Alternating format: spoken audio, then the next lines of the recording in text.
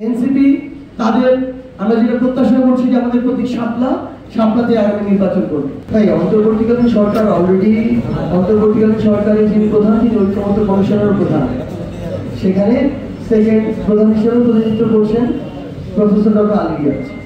সেখানে already decided ঐক্যমত্য কমিশনে উচ্চপক্ষী পিআর পদ্ধতিতে আগামী নির্বাচন হবে, সংসদ দ্বিকক্ষ বিশিষ্ট হবে। সো তারা যদি জুলাই সনদে স্বাক্ষর করে তার মানে এটা তাদের বাস্তবায়ন করতেই হবে, এটার অন্য কোনো অপশন নাই প্রথমত। দ্বিতীয়ত, আপনি বলেছেন যে যারা এই খুনের নির্দেশদাতা গণহত্যার সাথে সংশ্লিষ্ট প্রথম সারি যারা, তাদের যদি রায় না হয় তাহলে আমরা নির্বাচনে যাবো কিনা।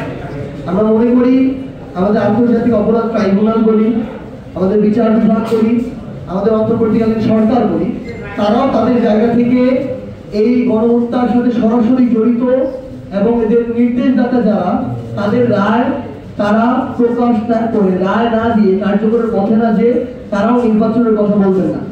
তারা প্যারালালি দুইটা চিন্তা করছেন। আমরা এখন পর্যন্ত আইসিটি চিফ প্রসিকিউটর মহোদয়ের থেকে যতদূর শুনেছি, তারা ডিসেম্বরের মধ্যে এগুলোর বাস্তবায়ন করতে যাচ্ছেন এবং সেটাকে সামনে রেখেই তারা ফেব্রুয়ারি নির্বাচনের কথা বলছেন।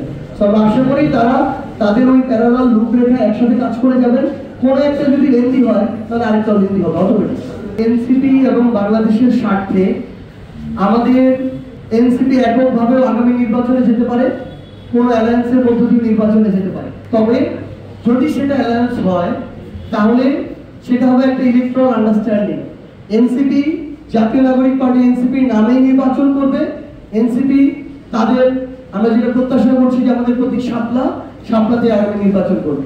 যেহেতু আমরা বাংলাদেশের আইন অঙ্গ থেকে শুরু করে যারা এই বিষয়ে বিশেষজ্ঞ আছেন, প্রতীক, নির্বাচন কমিশন, সংশ্লিষ্ট আইন, আমরা তাদের সকলের সাথে কথা বলেছি।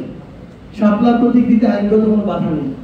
যেহেতু কোনো আইনগত বাধা নেই, আমরা প্রত্যাশা করি যে আমাদের সাথে অভ্যুত্থান পরবর্তী বাংলাদেশে এরকম একটা স্বাধীন নির্বাচন কমিশন কোনো ধরনের প্রভাবে প্রভাবিত হয়ে স্বেচ্ছাচারমূলক কোনো আচরণ করবে না এবং আমরা প্রত্যাশা করি আমরা শাপলা প্রতীক পাবো এবং সেটা পেয়ে নির্বাচনে অংশগ্রহণ করবো।